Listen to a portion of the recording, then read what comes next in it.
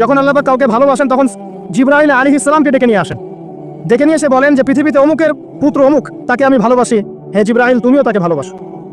এরপর জিবরাইল আলাইহিস সালাম তাকে ভালোবাসতে থাকেন এবং অন্যান্য মালায়েকাদেরকে ডেকে জিবরাইল আলাইহিস সালাম বলেন, আল্লাহ অমুককে ভালোবাসেন, আমিও তাকে ভালোবাসি, তোমরা সবাই তাকে ভালোবাসো। এরপর সমস্ত ফেরেশতারা তাকে ভালোবাসতে শুরু করে। এরপর ফেরেশতা মণ্ডলী পৃথিবীতে আসেন, এসে দুনিয়াবাসীকে উদ্দেশ্য করে বলেন যে অমুকের পুত্র অমুককে আল্লাহ ভালোবাসেন, জিবরাইল ভালোবাসে, আমরা ভালোবাসি, তোমরা সবাই তাকে ভালোবাসো। এরপর দুনিয়ার মানুষদের কাছে তার মর্যাদা বাড়িয়ে দেওয়া হয়, তার দিকে মানুষের মনকে ঘুরিয়ে দেওয়া হয় এবং তার প্রতি মানুষের ভালোবাসা সৃষ্টি করে দেওয়া হয়। আল্লাহ পাকের নূর যখন আপনার ভিতরে আসবে ইনশাআল্লাহ দেখবেন আল্লাহ রাব্বুল আলামিন আপনার হাতে তার দ্বীনের পতাকা দিবেন ইনশাআল্লাহ আযza ওয়া জাল্লা। তাজকিয়ার প্রয়োজন, তাজকিয়া না আসলে নূর আসবে না। লাভ নাই ভাই, প্রচুর ইবাদত বন্দেগী করে মনের মধ্যে অহংকার রেখে কোনো লাভ নাই। অনেক কিছু করছেন, নিজেকে মনে করছেন আপনি সুপিরিয়র, অন্যরা সব ককরোচ, আপনি জান্নাতের ডিলার, লাভ নাই। ইবলিসের আকীদা এটা ইবলিসের আকীদা, খলাকতানি মিন নার ওয়া খলাকতাহু মিন তিন। এখন যারা ইসলামের বিপক্ষে আছে তাদের মধ্যে থেকে আল্লাহ পাক খালিদ এবং ওমর রাদিয়াল্লাহু আনহুর মতো সাহাবী বের করতে পারেন। আল্লাহ পাকের সুন্নাহ বোঝা খুব দুষ্কর। যাকে আপনি তুচ্ছ করছেন আল্লাহ পাক তাকে হেদায়েত দিয়ে আপনার চেয়ে বড় জায়গায় নিয়ে যেতে পারেন। যাকে আপনি বড় কাফের মনে করছেন আল্লাহ পাক কাল তাকে হেদায়েত দিয়ে ইসলামের খেদমত করাতে পারেন। আবার আল্লাহ পাক আপনাকে, যিনি 5 ওয়াক্ত নামাজ পড়ছেন রোজা রাখছেন, আপনাকে পথভ্রষ্ট করে দিয়ে জাহান্নামে নিতে পারেন। অতএব আত্মঅহংকারের কোনো সুযোগ নাই, তাজকিয়া দরকার। কদ আফলাহা মান যাক্কাহা ওয়া কদ খাবা মান দাসাহা। কদ আফলাহা মান তাযাক্কা ওয়া যাকারা ইসমা রাব্বিহি ফাসাল্লা বাল তু'থিরুনা আল হায়াতা আদ-দুনিয়া ওয়াল আখিরাতু খায়রুন ওয়া আবকা। তাজকিয়ার পরে কি করবেন? চেষ্টা করেন হালাল রিজিক অন্বেষণ করার। আল্লাহর ওয়াস্তে সুদ খায়েন না, আল্লাহর ওয়াস্তে ঘুষে যায় না, আল্লাহর ওয়াস্তে আল্লাহর দোহাই দিয়ে বলছি দুর্নীতি করেন না, আল্লাহর ওয়াস্তে মানুষের সম্পদ আত্মসাৎ করেন না, আল্লাহকে ভয় করেন, আল্লাহর ওয়াস্তে করেন, আল্লাহর ওয়াস্তে ছেড়ে দেন। হাত জোর করে রিকোয়েস্ট করছি, সুদ খায়েন না। নিজের মায়ের সাথে জেনার মতো অপরাধ, নিজের মায়ের সাথে জেনার মতো অপরাধ, এটা আমার কথা নয়, এটা মুহাম্মদ সাল্লাল্লাহু আলাইহি ওয়াসাল্লামের কথা। যাকে কবরে আপনাকে দেখানো হবে, যিনি আপনার জন্য সুপারিশ করবেন কাল কিয়ামতের মাঠে, যিনি আপনার জন্য হাউজে কাউসারের পানি নিয়ে দাঁড়িয়ে থাকবেন, আপনার উসওয়াতুল হাসানা, সেই মুহাম্মদ সাল্লাল্লাহু আলাইহি ওয়াসাল্লামের কথা। সুদ খেও না। এর সর্বনিম্ন পাপ নিজের মাকে বিয়ে করা, নিজের মায়ের সাথে জেনা করা। কেউ যদি এই সমাজে নিজের মায়ের সাথে জেনা করে থাকে, কালকে সকালে রাস্তায় বের হয়, আপনি চাইবেন তাকে রজম করে মেরে ফেলতে, চাইবেন না? এই কাজ দিব্যি আমরা করছি। সর্বোচ্চ পাপ সুদের, আল্লাহ এবং তার রাসূলের সাথে যুদ্ধ করা। অনেক দিন আয়াতটা বলেছি, আবারও বলছি শোনেন, কারণ কিছু মানুষের কানে ঢুকতেই চায় না কথা। আল্লাহ পাক বলেছেন, ইয়া আইয়ুহাল্লাযীনা আমানু, হে মুমিনগণ, ইত্তাকুল্লাহ, আল্লাহকে ভয় করো, ওয়া যারু মা বাকিয়া মিনার রিবা, সুদের অবশিষ্ট অংশগুলো ছেড়ে দাও, ইন কুনতুম মুমিনিন, যদি প্রকৃতপক্ষে মুমিন হয়ে থাকো, ওয়া ইল্লাম তাফআলু, যদি তোমরা এই কাজ না করো। শুনেন আল্লাহর কথা, আল্লাহ বলছেন যদি তোমরা এই কাজ না করো, ফাআযানু বিহারবিন মিনাল্লাহি ওয়া রাসূলিহি, তাহলে আল্লাহ এবং তার রাসূলের সাথে যুদ্ধের ঘোষণা শুনে রাখ।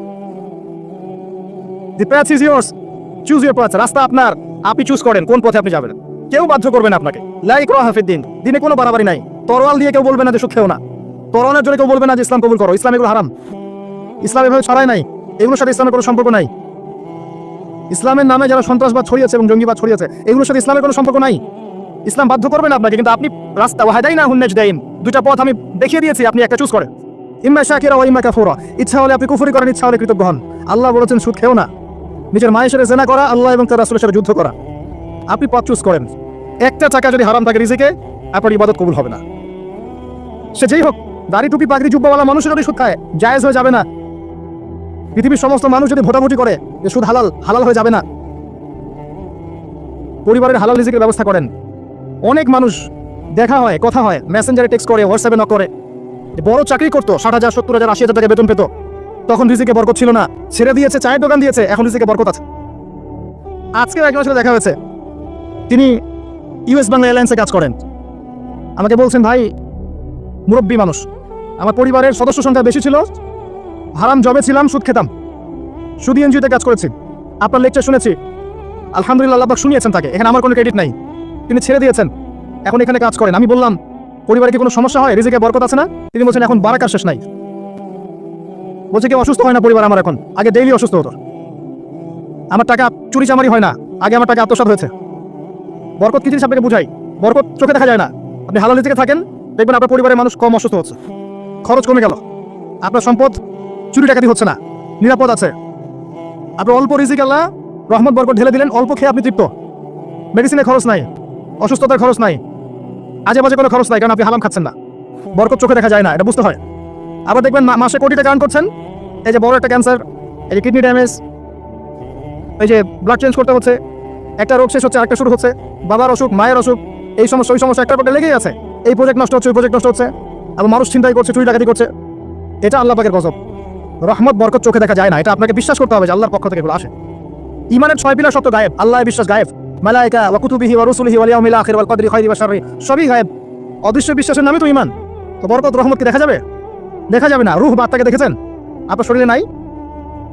এভাবেই আল্লাহর রহমত বরকতে বিশ্বাস করতে হবে। আল্লাহ পাক ইনশাআল্লাহ তাআলা আপনার হালাল অল্প রিজিকে বারাকা দিবেন ইনশাআল্লাহ। আল্লাহর ওয়াস্তে দুর্নীতি করেন না, আল্লাহর ওয়াস্তে করেন না। আমি বলি একটা হাদিস শোনাই, আমরা তো দায়িত্ব পেলে অনেক খুশি হই। রাসূলুল্লাহ সাল্লাল্লাহু আলাইহি ওয়াসাল্লাম বলেছিলেন, হে আবু যার, তুমি কখনো 2 জন ব্যক্তির দায়িত্ব নিতে যেও না। যদি 2 জন ব্যক্তির দায়িত্ব নাও, যেন তোমাকে ছুরিবিহীন জবাই করে ফেলা হয়েছে, কারণ প্রত্যেককে তার দায়িত্ব সম্পর্কে জিজ্ঞাসা করা হবে। আমরা তো খুশি হই। রাসূল সাল্লাল্লাহু আলাইহি ওয়াসাল্লাম বলেছেন, তোমরা কি জানো সবচেয়ে বড় মিসকিন কে? সবচেয়ে বড় মিসকিন কে? দরিদ্রকে? সাহাবীরা বলছেন, আমরা তো মনে করি যার কাছে অর্থ সম্পদ কম সেই বড় মিসকিন। আল্লাহ রাসূল বলছেন, ভুল। শোনো, সবচেয়ে বড় মিসকিন সেই ব্যক্তি যে ব্যক্তি পরকালে অনেক নেকি নিয়ে উঠবে, নামাজ, রোজা, হজ, যাকাত, উমরা, হজের নেকি, বিশাল বিশাল নেকি। এরপরে সে দেখবে সামনে মানুষ দাঁড়িয়ে আছে, কারো গীবত করেছে, কাউকে তহমত দিয়েছে, কাউকে অপবাদ দিয়েছে, কারো টাকা চুরি করেছে, কাউকে অন্যায়ভাবে জুলুম করেছে, কাউকে পিটিয়েছে, কারো সম্পদ লুট করেছে ইত্যাদি। তখন আল্লাহ পাক বলবেন, শোধ করে দাও। কিভাবে শোধ করা হবে? ফেরেশতারা জিজ্ঞাসা করবেন, আল্লাহর পক্ষ থেকে হুকুম আসবে, এই ব্যক্তির নেকিগুলোকে ওদের আমল নামে কনভার্ট করো। বলছি শেয়ার ইট পাস করে দাও। ওটা আরো বড় টেকনোলজি হবে ইনশাআল্লাহ তাআলা। বলার সাথে সাথেই আপনার নেকি আমার নেকি দেখা যাবে চলে গেছে, নাউজুবিল্লাহ। এবার সব নেকি শেষ। এবার কি হবে?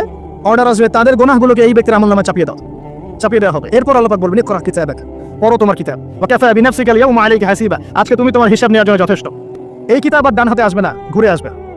ওয়া আম্মা মান উতিয়া কিতাবাহু বিশিমালিহি ফাসাউফা ইয়াদউ সুবুরা, তখন সে মওতকে ডাকতে থাকবে, হায় আজকে আমার একটা মৃত্যু দিয়ে কাজ হবে না, 1000টা মওত আমার দরকার। সুবহানাল্লাহ, ইন্না লিল্লাহি ওয়া ইন্না ইলাইহি রাজিউন। এই হচ্ছে তাদের পরিণতি যারা অন্যের সম্পদ আত্মসাৎ করে খাবে। আল্লাহ পাক আমাদেরকে বোঝার তৌফিক দান করুন। এবং মানুষের সাথে জড়িত হক যাদের থাকবে, আল্লাহ পাক যেন আমাদেরকে মানুষের সাথে জড়িত কোনো হক না রাখেন, পবিত্র অবস্থায় দুনিয়া থেকে নেন, আল্লাহুম্মা আমিন। কারণ দুনিয়াতে যা যার হক তাকে দিয়ে দেন। ভাই আমি একটা কথা বলেছি, কথাটা ভাইরাল হয়েছে অনেক। মানুষের অবস্থানকেই ভালোবাসে, মানুষ কখনোই মানুষের অন্তঃসত্ত্বাকে ভালোবাসে না।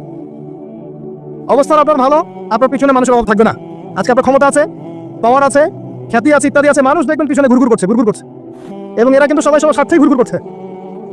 এর বাইরে আল্লাহ পাক কিছু মানুষের মনে আল্লাহর পক্ষ থেকে মহব্বত দেন, এটা আলাদা বিষয়। এটা শুধু ধার্মিকদের ক্ষেত্রেই সম্ভব।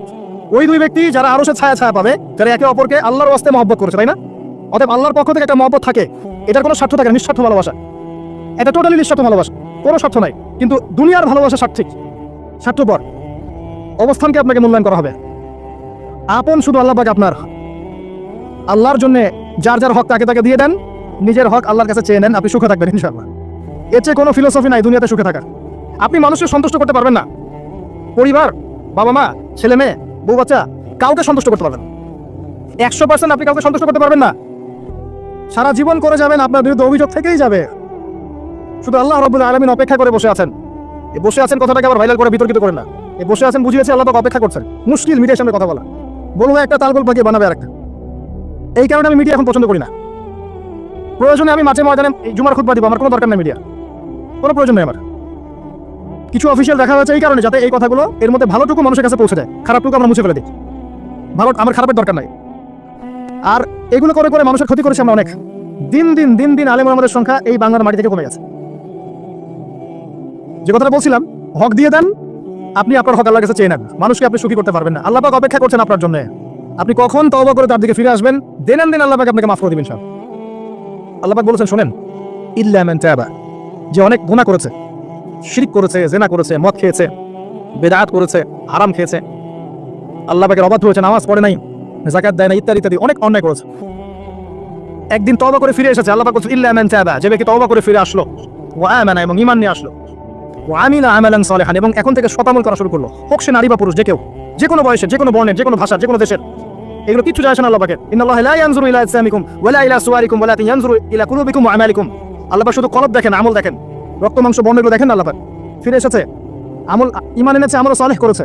আল্লাহ পাক বলেন, উলাইকা, এরাই তারা, ইউবাদদিলুল্লাহু সাইয়্যাতিহিম হাসানাত, এরাই সেই ব্যক্তি যাদের সমস্ত গুনাহকে আমি আল্লাহ নেকি দিয়ে পরিবর্তন করে দেব।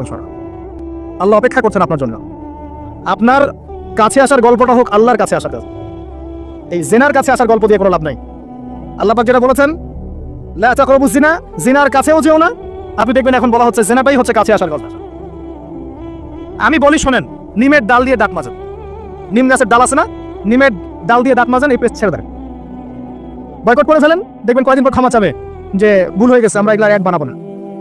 আমরা যে নরম সরম মানুষ, কোনো ইনিশিয়েটিভ নিতে পারি না, এই জন্য চড়া হয়ে বসে থাকে। প্রতিটা সেক্টরেই দুর্নীতি চলছে। এই যে কাছে আসার গল্পের নাম দিয়ে মানুষকে জানা করাচ্ছে। যুবক যুবতী স্কুল লাইফ থেকে মাহারাম, গায়রে মাহারাম, এই গায়রে মাহারামের সাথে স্কুল লাইফ থেকে শুরু হয়। স্কুল লাইফে পড়ছে ক্লাস 8, 9, 10। ক্লাস 8, 9, 10 মেয়েরা ছেলেরা এখন অ্যাডাল্ট। এরা এরা এমন কিছু করে যে আপনার কল্পনাও নাই। এই বয়সে তো সব পাপ করা শেষ। এগুলো সাক্ষী আপনারাই, আমার উপর আমাকে ভালো মন্দ বলেন না, এগুলো সাক্ষী আপনার নিজেরাই। নিজেদের ঘরগুলো দেখেন। আর সবচেয়ে বড় কথা হচ্ছে ঘরের মানুষ কিন্তু কথা শোনে না। দেখবেন আপনি সারা দুনিয়ায় দিন ক্যাম্প করে ফেলছেন, দিনটা আপনার ঘরটা হচ্ছে নূহ আলাইহিস সালামের মতো। দেখবেন বউ কথা শোনে না, স্বামী ছেলে কথা শোনে না। এটাই বাস্তবতা। কিন্তু নূহ আলাইহিস সালামের ঘটনা মনে নাই? 950 বছর দাওয়াত দিয়েছেন, শেষে গিয়ে বলছিল বিয়ান্নি মাহলুকুন ফান্তাসির, আল্লাহ আমি পরাজিত হয়ে গেছি, আমাকে সাহায্য করো, আমি পারছি না। আল্লাহ পাক আযাব নাজিল করে দিলেন, তিনি পার হয়ে গেলেন না। ছেলে পার হয় না, ছেলে বলে আমি পাহাড়ে উঠে যাব, পাহাড় আমাকে সেভ করবে। নূহ আলাইহিস সালাম বলছেন আজকে কেউ সেভ করতে পারবে না আল্লাহর আযাব থেকে। একটু পরে একটা ঢেউ এসে বাপ বেটার মাঝখানে পার্থক্য করে দিল, ছেলে ডুবে মরে গেল, তার স্ত্রী পর্যন্ত ঈমান নিয়ে আসলো না। আল্লাহর কাছে হাত তুলে দোয়া করছেন, আল্লাহ আমার ছেলে, আমার আহাল, আমার পরিবার। আল্লাহ ধমক দিয়ে বলছেন যে লাইসা মিন আহলিক, সে তোমার পরিবারে কেউ না। দেখবেন আপনি মাশাআল্লাহ দিনদার, আপনার ভিতরে ইসলাম এস্টাবলিশ করা ডিফিকাল্ট। মানুষ এখন খুব ব্যক্তি সচেতন, নিজের মনে যা চাবে সেটাই করবে। আর আনুগত্যকে তারা দাসত্ব মনে করে। কথা বুঝেন? আনুগত্য করাকে দাসত্ব মনে করে। আমি দাসত্ব করবো কেন? আল্লাহ এবং তার রাসূল এবং স্বামী পরিবার কর্তাদের আনুগত্যটাকে তারা দাসত্ব মনে করে। অতএব সুখে থাকার মূল মন্ত্র এটাই আপনার, যার যার হক তাকে তাকে দিয়ে দেন, নিজের হক আল্লাহর কাছে চেয়ে নেন, আপনি সুখে থাকবেন ইনশাআল্লাহ। আল্লাহর জন্য বাঁচেন, আল্লাহর জন্য খান, আল্লাহর জন্য পড়েন, আল্লাহর জন্য দিন কায়েম করেন, আল্লাহর জন্য আপনি ইবাদত করেন, আল্লাহর জন্য মারা যান, ইনশাআল্লাহ আল্লাহ আপনাকে জান্নাত দিবে। আল্লাহর কাছে আমরা সবাই একা একা ফিরে যাবো, ইন্না লিল্লাহি ওয়া ইন্না ইলাইহি রাজিউন। একা একা একজন একজন করে হিসাব নেবেন আল্লাহ পাক। তখন আমার সাথে কেউ থাকবে? আপনার সাথে কেউ থাকবে? ইন্তেকালের পরে 40টা দিন অপেক্ষা করেন না, মানুষ মনে রাখে? রাখবে না, কাউকে রাখবে না। এটাই দুনিয়ার বাস্তবতা। দুনিয়া বড় নিষ্ঠুর। আর এগুলোর বাস্তবতা আপনার যত দিন যাবে তত দেখবেন, উপলব্ধি করবেন, একদম কাঠামো ভেঙে যাবে। ফ্রি মিক্সিং দিয়ে, হারাম রিজিক দিয়ে, আপনার এই যে অপসংস্কৃতি দিয়ে পরিবারের কাঠামো ভেঙে যাবে, সমাজের কাঠামো ভেঙে যাবে। মানুষ দেখবেন আত্মহত্যা করে মারা যাবে বেশি বেশি। বাবার খোঁজ নিবে না সন্তান। কিয়ামতের আলামত জানতে চাইলে তেলামে রব্বাতুয়া, দাসী মনিবকে জন্ম দিবে, মা বাবার সাথে দাস দাসীর মতো আচরণ করা হবে। টাকার জন্য, সম্পদের জন্য মানুষ ভাইকে হত্যা করবে, বোনকে হত্যা করবে, ছেলে বাবাকে হত্যা করবে, মাকে হত্যা করবে। এগুলো সব কিয়ামতের আলামতের হাদিস। এগুলো আপনি বাস্তবতা মিলিয়ে দেখেন, 100% মিলে যাবে। এগুলো চলছে এখন। এই জায়গায় আমি বলবো আত্মকেন্দ্রিক হন। একটা আয়াত শোনাচ্ছি আপনাকে, আমার খুব পছন্দের একটা আয়াত, এবং আল্লামা তাকি উসমানীর নাম শুনেছেন? আমার জানা মতে বিশ্ববরণ্য আলেমদের একজন। তিনি একটা গোটা বই লিখেছেন, পুরো বইটাই একটা আয়াতের উপরে। বইটা পড়েন, আপনার কাছে মনে হবে বইটার প্রতিটা কথা আপনার জন্য লেখা হয়েছে। তাসকিয়া, আত্মশুদ্ধি ও তাসাউফ। ওই বই প্রথমে টাইটেল, একটা হেডলাইন আয়াত আছে, ইয়া আইয়ুহাল্লাযীনা আমানু, হে মুমিনগণ, আলাইকুম আনফুসাকুম, নিজের নফসের খবর নাও, নিজের নফসের খবর নাও, নিজে ঠিক হও। মান লা ইয়াদুররুকুম মান দাল্লা ইন ইহতাদাইতুম, যারা পথভ্রষ্ট হয়ে যাচ্ছে বা গেছে, এদের পথভ্রষ্টতা তোমাদের কোনো ক্ষতি করবে না যদি তোমরা হেদায়েতের উপর থাকো। এর চেয়ে বড় কোনো মেডিসিন নাই। এই আয়াতের মধ্যে সবকিছু আছে, আমাদের সমস্যা এবং আমাদের সলিউশন। আমাদের সমস্যা হচ্ছে আমরা পরের দিকে বেশি চোখ তুলি, আঙ্গুল থাকে, তোমার এটা ঠিক নাই, তোমার এটা ঠিক নাই, তোমার আকীদা ঠিক নাই, তোমার আমল ঠিক নাই, তোমার তাসকিয়া ঠিক নাই, তোমার রিজিক ঠিক নাই, ইত্যাদি ইত্যাদি। নিজের দিকে এতবার আঙ্গুল আমরা তুলি না। আমার আকীদা ঠিক আছে কিনা, আমার মানহাজ ঠিক আছে কিনা, আমার আমল বেদাত মুক্ত কিনা, আমার রিজিক ঠিক আছে কিনা, আমার পরিবার ঠিক আছে কিনা, আমার নফসে আত্মশুদ্ধি আছে কিনা, আমার ভিতরে হিংসা আছে কিনা, গীবত আছে কিনা, তোহমত দেই কিনা, অহংকার আছে কিনা, এগুলো আমাকে চিন্তা করতে হবে। আলাইকুম আনফুসাকুম, নিজের নফসের খবর নাও। এই নফস নিয়ে আল্লাহর কাছে যেতে হবে। এই একটা আয়াত যদি বুঝে আসে, আপনার প্রবলেম সলভ। এখানে সমস্যা হচ্ছে আমরা আগে মানুষের সংশোধন চাই, কিন্তু আল্লাহ বলছেন আগে নিজেকে সংশোধন করো। নিজে আগে সংশোধিত হও, একটা বাতি থেকে 1000টা বাতি জ্বলবে ইনশাআল্লাহ। আর নিজেকে সংশোধন করতে না পারলে আমি বাতি জ্বালাতে পারবো না। তো ইভেন এখানে বসে আমি যে কথাগুলো বলছি বা বলবো বা বলা হয়, যারা বলে, তারা নিজেরা যদি সেগুলোর উপর আমল না করে, এই কথার কোনো তাসির হবে না আপনার উপরে। আপনি শুনবেন, এক কেন্দ্রে ঢুকবে, এক কেন্দ্রে বেরো যাবে, বা সেকে ঘুমিয়ে যাবেন। এটা বাস্তবতা। রাসূলুল্লাহ শোনেন, রাসূলুল্লাহ সাল্লাল্লাহু আলাইহি ওয়াসাল্লামের দাওয়াতে এত হিউজ মানুষ ইসলাম কবুল করলো কেন বলেন তো? মূল কারণ কি জানেন? ইসলামের প্রতিটা বিষয়ের উপরে নবী সাল্লাল্লাহু আলাইহি ওয়াসাল্লাম নিজে আগে আমল করে দেখিয়েছেন। এই জন্য তার কথার মধ্যে নূর এবং তাসির এবং বারাকা এত বেশি ছিল যে মানুষের কলিজার মধ্যে কথাগুলো আঘাত করেছে, মানুষ পরিবর্তন হয়েছে। আর আমাদের টোটাল উল্টা। এইখানে বসবো, এই ধরনের জায়গায় যারা বসি তাদের এক শ্রেণীর কথা বলছি, সবাই না। এখানে অনেক মানুষ আছেন যারা আল্লাহওয়ালা এবং যারা বেশি ভাইরাল না, যারা তো সেলিব্রিটি না, রাতের বেলা তাহাজ্জুদ পড়ছেন, দেখেন কোনো মাদ্রাসায় খিদমত করছেন, এমন কিছু করছেন যাদেরকে কেউ চেনে না আল্লাহ ছাড়া, তারা আল্লাহর কাছে সেলিব্রিটি। এখানে টোটালি উল্টা। আমরা বলি যেটা, সেটা নিজেরা করি না। আর সেটা করি যা বলি না। আমি আপনাদেরকে বলি, আমি যা জানি তার 30-40% আমি আপনাদেরকে বলতে পারি না, ভয়ে বলি না। আর আমি যা বলি তার 100%-এর মনে হয় 50-60-70% আমি করতে পারি না। নিজেদেরকে নিয়ে শঙ্কিত আমরা যে কি হবে। তো এই আয়াতের উপর আমল ছাড়া আমাদের কোনো গতি নাই। ইয়া আইয়ুহাল্লাযীনা আমানু হে মুমিনগণ আলাইকুম আনফুসাকুম, নিজের নফসের খবর নাও। লা ইয়াদুররুকুম মান দাল্লা ইন ইহতাদাতুম, তোমরা যদি হেদায়েত প্রাপ্ত হয়ে থাকো ওদের পথভ্রষ্টতা তোমাকে ক্ষতি করবে না। ইসলামের শত্রুদের কথা বাদ দেন, আগে নিজেকে ঠিক করেন, নিজে থেকে ঠিক করেন।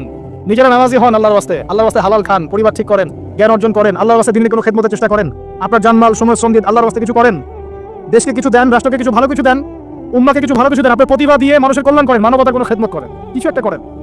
গবাদি পশুর মতো জীবনটাকে নষ্ট করবেন না। খাওয়া, ঘুমানো, পেশাব পায়খানা করা, স্ত্রী সহবাস করা, বাচ্চা পয়দা করা, ডেট, এই হলো আমাদের জীবনের প্যাটার্ন। এখন কিছু করেন। সবাই তাকিয়ে আছে আপনাদের দিকে, আমাদের দিকে না, সবাই তাকিয়ে আছে আপনাদের দিকে। আল্লাহ পাক আপনাদেরকে বোঝার তৌফিক দান করুন। আর কয়েকটা কথা বলে শেষ করছি, অনেক রাত হয়ে গেছে, যত লম্বা হবে ফজরের নামাজ কাজা হয়ে যাবে। সেটা হলো আত্মশুদ্ধির পরে হালাল রিজিকের কথা বলেছি। আল্লাহর রাস্তায় সুদ খায় না, ঘুষ দুর্নীতিতে যায় না। এরপর আমি যেটা বলবো যে প্রকৃত মিসকিনদের কাতারে আমরা যেন না দাঁড়াই, মানুষের সাথে জড়িত কোনো হক রাখেন না। আরো বলবো পারিবারিক আদর্শ ঠিক করার চেষ্টা করেন। আমি জানি এটা খুব ডিফিকাল্ট, নিজেকে দিয়েই বুঝি এটা খুব ডিফিকাল্ট। যে নূহ আলাইহিস সালামের কথা বললাম, কওমে লুত আলাইহিস সালামের কথা শুনেন, তার স্ত্রী ঈমান নিয়ে আসে নাই, নবী সাল্লাল্লাহু আলাইহি ওয়াসাল্লামের চাচারা ঈমান নিয়ে আসে নাই। এটাই সিস্টেম, এটাই নিয়ম। যখন দেখবেন দাওয়াত দিতে দিতে বোঝাতে আপনি ব্যর্থ, তখন আপনি আসহাবুল কাহফের মতো একা হয়ে যান। তাও ভালো, আসহাবুল কাহফের মতো একা হয়ে যান। একা দিনের পথে চলেন, আল্লাহর কাজ আপনি একাই করেন। ইব্রাহিম একা একটা উম্মাহ, তার সাথে কেউ ছিল না, সে একাই একটা উম্মাহ ছিল। আল্লাহ পাক তাকে একটা উম্মাহ বলেছেন। আর এরপর যে কথাটা বলবো, শেষ কথা, সেটা হলো আল্লাহ পাক আমাদের সবাইকেই কিছু না কিছু প্রতিভা দিয়েছেন। জান, মাল, সময়, শ্রম, কারো অর্থ, কারো মেধা, কারো লেখার ক্ষমতা, কারো বলার ক্ষমতা, কারো সংগঠিত করার ক্ষমতা ইত্যাদি।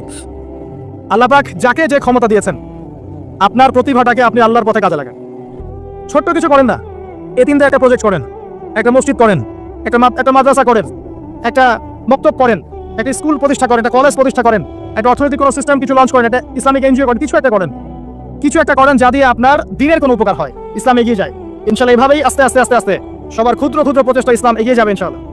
আজ হোক আর কাল হোক, আল্লাহর জমিন, আল্লাহর দিন প্রতিষ্ঠা হবে ইনশাআল্লাহ তাআলা। এবং আল্লাহর দিন যখন প্রতিষ্ঠা হবে সবাই সুখে থাকবে, কেউ কষ্ট থাকবে না ইনশাআল্লাহ তাআলা। আল্লাহ রাব্বুল আলামিন আমাদের সবাইকে পবিত্র কোরআন এবং সুন্নাহ অনুযায়ী জীবনযাপন করার তৌফিক এনায়েত করুন, আমিন। আল্লাহ রাব্বুল আলামিন আমাদের সবার পারিবারিক আদর্শ সুশৃঙ্খল করে দিন, ইসলামিক করে দিন। আমাদের সবাইকে আল্লাহ পাক হালাল রিজিকের ব্যবস্থা করে দিন এবং আমাদের মা বোনদেরকে আল্লাহ পাক খাস পর্দায় থাকার তৌফিক দান করুন। আল্লাহ পাক আমাদের সবাইকে পড়াশোনা করার তৌফিক দান করুন। এবং আমি এখানে যে কয়টা কথা বলেছি এর বাইরে আর কয়েকটা সাবজেক্ট পড়বেন। আমি কোরআনের কথা বলেছি, হাদিসের কথা বলেছি, আরো বলেছি তাজকিয়ার কথা, আত্মশুদ্ধির কথা। এরপর আর কয়েকটা সাবজেক্ট পড়বেন, সেটা হচ্ছে ইসলামিক হিস্ট্রি, ইসলামের ইতিহাস, ইসলামিক অর্থনীতি, আরো পড়বেন ইসলামিক জিওপলিটিক্স। এবং জেনারেল লাইনে যারা পড়ছেন এখানেই পড়াশোনা কন্টিনিউ করবেন, পাশাপাশি ইসলামের এই লেখাপড়াগুলো করবেন। আর মাদ্রাসা যারা পড়ছেন, মাদ্রাসায় পড়ার পাশাপাশি আপনারা জেনারেল সাবজেক্টগুলো পড়ার চেষ্টা করবেন ইনশাআল্লাহ। আল্লাহ পাক আপনাদের জ্ঞানকে বাড়িয়ে দিন, জ্ঞান অনুযায়ী আমল করার তৌফিক দান করুন। আল্লাহ পাক আমাদের সবাইকে তাজকিয়া দান করুন, আত্মশুদ্ধি দান করুন, আলেম ওলামার সোহবত দান করুন। আল্লাহ পাক আমাদের সবাইকে হালাল রিজিকের ব্যবস্থা করে দিন। আমাদের যার যে অসুস্থতা আছে আল্লাহ পাক সেগুলোকে শেফায়ে কামিলা দান করুন। আমাদের মধ্যে যারা মারা গেছেন আল্লাহ পাক সবাইকে মাফ করে দিন, আমিন।